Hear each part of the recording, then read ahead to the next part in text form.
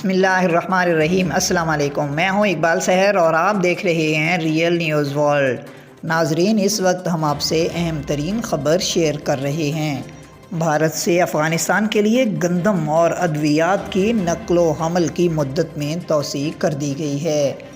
اطلاعات کے مطابق حکومت پاکستان نے اٹاری واہگہ انٹیگریٹڈ چیک پوسٹ کے ذریعے افغانستان میں انسانی امداد کے طور پر 50,000 میٹرک ٹن گندم اور جان بچانے والی ادویات کی نقل و حمل کی مدت میں 2 ماہ کی توسیع کر دی ہے۔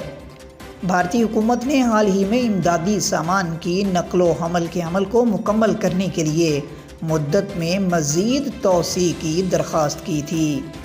بھارتی حکومت کی اس درخواست کو مد نظر رکھتے ہوئے پاکستان نے افغانستان میں انسانی بحران سے نمٹنے کے لیے مخلصانہ کوششوں کے ایک مظہر کے طور پر نقل و حمل کی تکمیل کے لیے 2 ماہ کی توسیع دینے کا فیصلہ کیا ہے۔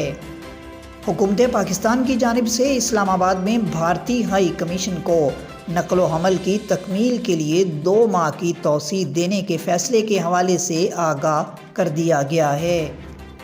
فیصلے کے مطابق حالیہ توسیعی مدت کے دوران سامان کی نقل و حرکت کے لیے تمام طریقہ کار وہی رہے گا جیسا کہ پہلے ہندوستانی فریق کو بتایا گیا تھا۔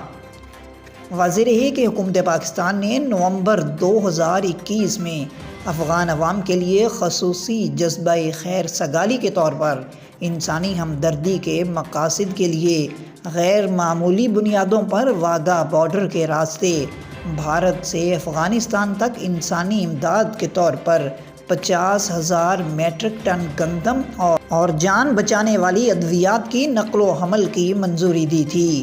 یہ انسانی امداد کی نقل و حمل کے لیے دی گئی مدت 21 مارچ 2022 کو ختم ہو گئی تھی۔ یاد رہے کہ پاکستان نے گزشتہ سال دسمبر میں بھارتی انسانی امداد کو افغانستان پہنچانے کے لیے افغان ٹرکوں کے استعمال کی اجازت دے دی تھی۔ ترجمان دفتر خارجہ عاصم افتخار کا کہنا تھا کہ حکومت نے واہگہ بارڈر سے طور خم تک آمد و رفت کے لیے افغان ٹرکوں کے استعمال کی اجازت دینے کا فیصلہ کیا ہے۔ ان کا مزید کہنا تھا کہ اس فیصلے کے حوالے سے وزارت خارجہ نے بھارتی سفیر کو آگاہ کر دیا ہے۔ یہ اقدام اس وقت سامنے آیا تھا جب افغانستان میں یورپی یونین کے سفیر ٹامس نکلسن نے اسلام آباد اور دہلی دونوں پر زور دیا تھا کہ وہ افغانستان میں بھارتی امداد کی منتقلی سے متعلق مسائل کو حل کریں۔ دفتر خارجہ کا کہنا تھا کہ واہگہ سے طور خم تک آمد و رفت کی اجازت ہے۔